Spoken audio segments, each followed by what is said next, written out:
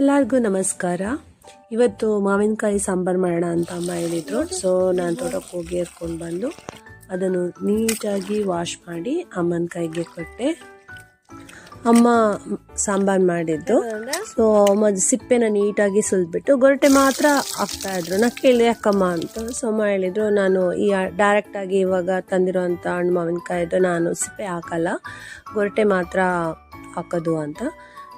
ಅದ್ರ ಜೊತೆಗೆ ಎಲ್ಲ ಗೊರಟೆ ಎಲ್ಲ ನೀಟಾಗಿ ಎತ್ತಿಟ್ಕೊಂಡ್ಬಿಟ್ಟು ಅದಕ್ಕೆ ಸ್ವಲ್ಪ ಉಪ್ಪು, ಖಾರ, ಅರಿಶಿಣ ಪೌಡ್ರ್ ಹಾಕಿಟ್ರು. ವಿಡಿಯೋ ಮಾಡಿದಾಗ ನಂಗೊಂದು ಡೌಟ್ ಬಂತು. ಯೂಶ್ವಲಿ ಈ ಮ್ಯಾಂಗೋ ಸೀಡ್ ಇದೆಲ್ಲ ಕನ್ನಡದಲ್ಲಿ ಗೊರಟೆ ಅಂತೀವಿ, ನಮ್ಮ ಕೊಡವ ಭಾಷೆಯಲ್ಲಿ ನಾವು ಆಂಜಿ ಅಂತೀವಿ, ಇನ್ನೊಂದು ಕೊರಂಡಿ ಅಂತಲೂ ಹೇಳ್ತೀವಿ ನಾವು. ಸೊ ನಿಮ್ಮ ಭಾಷೆಯಲ್ಲಿ ಇನ್ನೇನು ಹೇಳ್ತಾರೆ ಕಮೆಂಟ್ ಮಾಡಿ ಆಯಿತಾ. ಇವಾಗ ಮಾವಿನಕಾಯಿ ಸಾಂಬಾರು ಮಾಡಬೇಕಂದ್ರೆ ಆ್ಯಸ್ ಯೂಶ್ವಲ್ ಪ್ರೋಸೆಸ್, ಬಾಣಲೆ ಇಟ್ಬಿಟ್ಟು ಎಣ್ಣೆ ಹಾಕಿ, ಎಣ್ಣೆ ಬಿಸಿ ಆದಮೇಲೆ ಅವರು ಸಾಸಿವೆ ಹಾಕಿದ್ರು. ಅದರ ಜೊತೆಗೆ ಈರುಳ್ಳಿ, ಬೆಳ್ಳುಳ್ಳಿ ಸಮೇತ ಹಾಕಿ, ಕರಿಬೇವು ಹಾಕಿ ಅದು ಸ್ವಲ್ಪ ಲೈಕ್ ಫ್ರೈ ಆದಮೇಲೆ ಇವಾಗ ಏನೆಲ್ಲ ಗೊರಟೆ ಬೇಯಿಸ್ಕೊಂಡಿದ್ರಲ್ಲ ಅದನ್ನೆಲ್ಲ ಒಟ್ಟಿಗೆ ಹಾಕಿದ್ರು.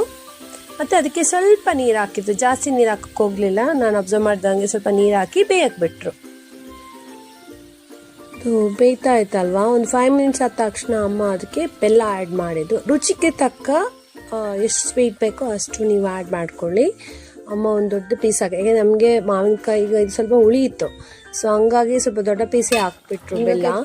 ನಿಮಗೆ ಎಷ್ಟು ಬೇಕೋ ಅಷ್ಟು ಸ್ವೀಟ್ ನೀವು ಆ್ಯಡ್ ಮಾಡ್ಕೊಬೋದು. ಅಲ್ಲಿಂದ ಅಮ್ಮ ಅದನ್ನು ಬೇಯಕ್ಕೆ ಬಿಟ್ಟರು. ಅದಾಗಿ ಒಂದು 10 ಯಾರಿಗೆಲ್ಲ ಅಡುಗೆ ಮಾಡಬೇಕಾದ್ರೆ ರುಚಿ ನೋಡೋ ಅಭ್ಯಾಸ ಇದೆ ಕಮೆಂಟ್ ಮಾಡಿ ಆಯಿತಾ. ಇದು ಮಾವಿನಕಾಯಿ ಸಾಂಬಾರಿಗೆ ನಮ್ಮದು ಸ್ಪೆಷಲ್ ಮಸಾಲ ಅಂದರೆ ಬ್ಲ್ಯಾಕ್ ಮಸಾಲ, ನಾವು ಅದನ್ನು ಪೋಕ್ ಮಸಾಲ ಅಂತೀವಿ. ಬಟ್ ಇದು ಆ್ಯಕ್ಚುಲಿ ಕೊತ್ತಂಬರಿ ಬೀಜ ಪೌಡ್ರ್ ಇರುತ್ತಲ್ಲ ಅದನ್ನು ಹುರಿದ್ಬಿಟ್ಟು ಮಾಡೋದು. ಅದಕ್ಕೆ ಎಕ್ಸ್ಟ್ರಾ ಚಕ್ಕೆ ಲವಂಗಲ್ಲ ಹಾಕಿರ್ತೀವಿ, ಒಂದಷ್ಟು ಲಿಸ್ಟ್ ಇದೆ. ಸೊ ಅದು ಹಾಕಿ ಮಾಡಿರೋಂಥ ಇದು ಮೇಯ್ನ್, ಇದರಲ್ಲಿ ಏನಂತೀವಿ, ಇಟ್ಸ್ ಅ ಮೇಯ್ನ್ ಇಂಗ್ರೀಡಿಯೆಂಟ್ ಅಂತಲೇ ಹೇಳಬೇಕು. ಫೈನಲಿ ಮಾವಿನಕಾಯಿ ಸಾಂಬಾರು ರೆಡಿ ಆಯಿತು.